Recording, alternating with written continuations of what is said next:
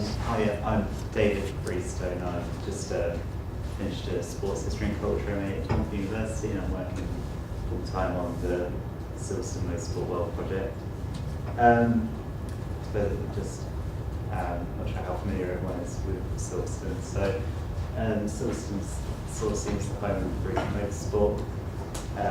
The Grand Prix was first held there in 1948, the British Grand Prix, and has been done alternately since then until 1987, when it became the sole host of the race. Before that, it was an RAF airfield, which is the perimeter road, essentially, is what's become the track at Silverstone. So the purpose of the project is to build a heritage centre, a new archive facility. So that would be the archive building on the left there, and the heritage centre exhibition would go on the right, which is the only remaining World War II hangar from when the site was an RAF base. So the project would involve refurbishing the hangar to make it into an exhibition space.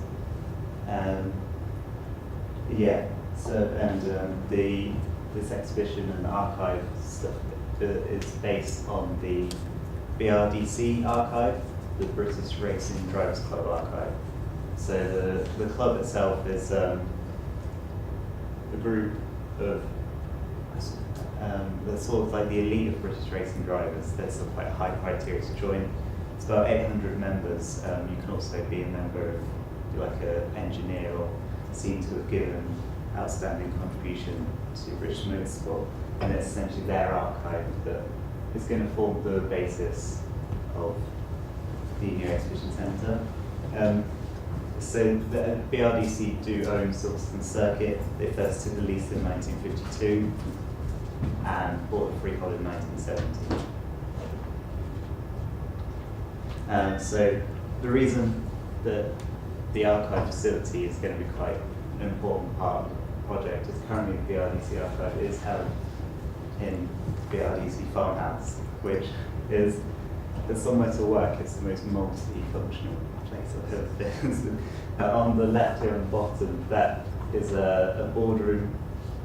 They have a lot of board meetings in there. Upstairs there's 5 bedrooms for directors to use if they come to the circuit.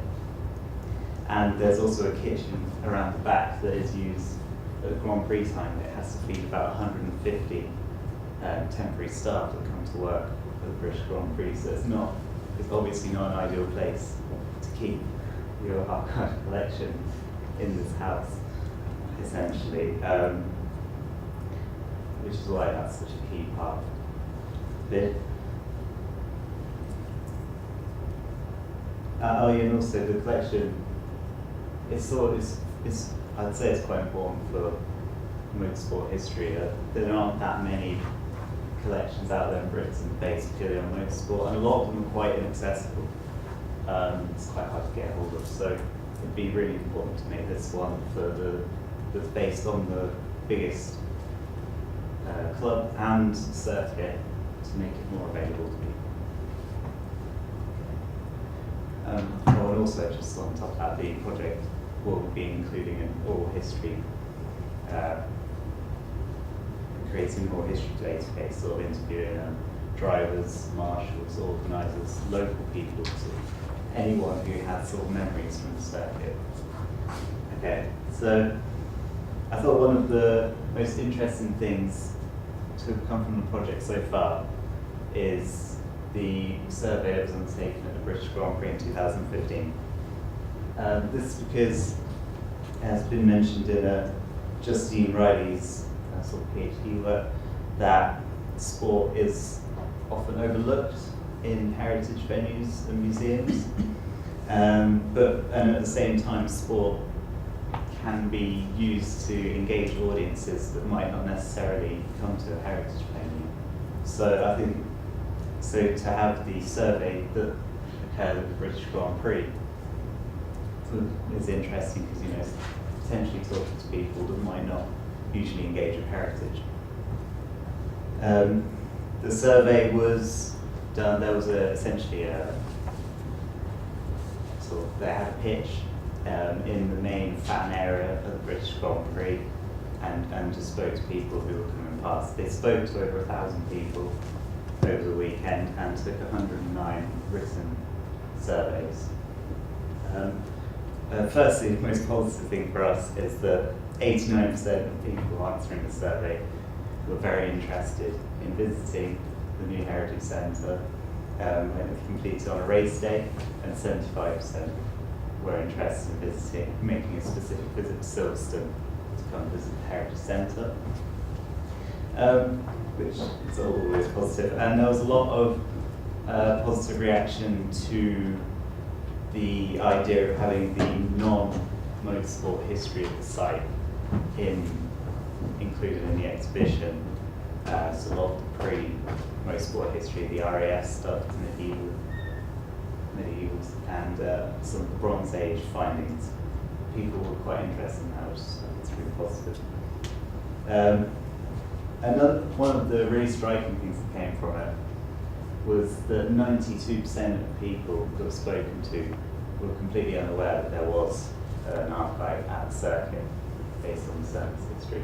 And I suppose in a way it's not surprising, as I said, where it's based, it's not an obvious place, and the building's very busy. It's hard to accommodate people who want to research there or come to it in any capacity. And there's only, before the project, only one full-time member of staff working out there, and they're obviously pulled between the needs of the circuit and the needs of the LDC.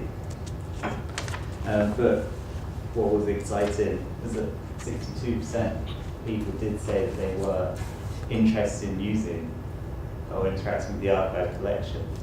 I think it probably helped that as part of our display when we were interviewing people, we had some of our best archive material on display there to sort of generate some interest. So I suppose the Grand Prix survey, it's good to demonstrate there's an interest in the project from people who may not necessarily, obviously it's a motorsport-based heritage centre, but it will include other histories of the site, and people were fundamentally interested in that. So that's positive. And also positive that people were interested in interacting with the archive collection.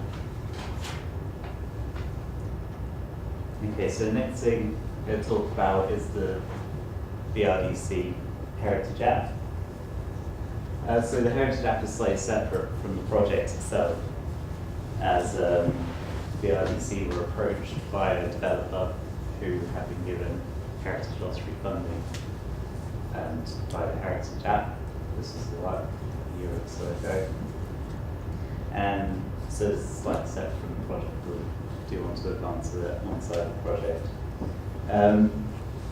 So the app's sort of intended to achieve a variety of objectives. The first one is sort of the moment whilst we're still developing the project and it's still in the BRDC farmhouse, it's to sort of showcase the best parts of the collection. For example, we've got driver sign-on sheets, like for a lot of Grand Prix, so a lot of famous names and their signatures. It tends to be the kind of objects people are most interested in, and we can have them on the app. People can see that and see that it's interesting, interact with. Also, with the British Grand Prix at Silverstone Park app, we've basically gone through each year up to 1990 and just put a little sort of synopsis of each race, a few photos, a few documents. I think the way that is at the moment, the intention is to aim at people who might be at the circuit or a race meeting, there might be a delay in the program, there might, for any reason, there might not be anything going on track, which quite often happens, especially if the weather's bad. And they can look through the app, for something interesting to have a look at. The sort of intention for the app's future role is which is shown on the left, is to have it as a sort of digitally guided tour of the site. So all the corner names and straight names at Silverstone have some sort of historical background. For instance, like the Beckett sequence of corners named after the Thomas Beckett Abbey that was on site. And so people could go around the site, they get to their place, and you get to each corner straight, and give up a small bit of information about the history of why it's called such. I think Beckett's is probably the best example of this, because it's a particularly famous sequence of corners. It's been copied at other racetracks, like Circuit of Americas in Texas. And so, but why it's called that might not necessarily be as obvious to a motorsport fan, and you can sort of engage with a bit of history that you would not have thought you were going to if you were going to just a regular motorsport meet. Okay. Well, and the final thing we're talking about is the pre-motorsport history of the site. I think the fact that it's a H11 project has really helped increase attention on aspects of the history of the site that aren't specifically motorsport. So I think yes, and one of the key areas that we've looked at so far has been the RAF history of the site, which we're relatively unfamiliar with in very detail. So for example, this is one, apart from the hangar, is one of the other few remaining buildings from the RAF time of Silverstone. And that actually used to be the control tower. It has been converted rather unceremoniously into a shower block. But part of the project will be to the rooms on the top are actually empty, so we can put some exhibitions up there as well. So yeah, but the RAF history has really come through in a lot of the early research. For example, through some interviews with people, found out about how people's experience, RAF people's experience of working there. Over 4,000 people were trained at RAF Silverstone. And one of the stories that keeps coming through is about the runways were apparently particularly narrow and quite hard one to land, and there's a lot of stories coming through of near misses trying to land at Silverstone. Apparently it was particularly notorious. So things like that that come through, that perhaps if it wasn't a HLF project, perhaps if the LDC or Silverstone had tried to make their own heritage centre, almost certainly wouldn't have come through. Which is why I think having the HLF involved is a pretty positive thing for the project. Okay, I think we've gone through this quite quickly. So to conclude, yeah, the Grand Prix survey was a really interesting thing to look at the results, see that there is a high level of interest if we are going to do a sporting museum, that there is a high level of interest in people coming, and that people are interested in all the various aspects of the site. Yeah, and the Heritage app will help, provide a gateway to the site's history through either, circuit tour or through just looking through the archival documents, things, on site. And yeah, finally, as I just said, the HLF funding is really, I think, really key in providing a well-rounded exhibition and archive that might not always happen.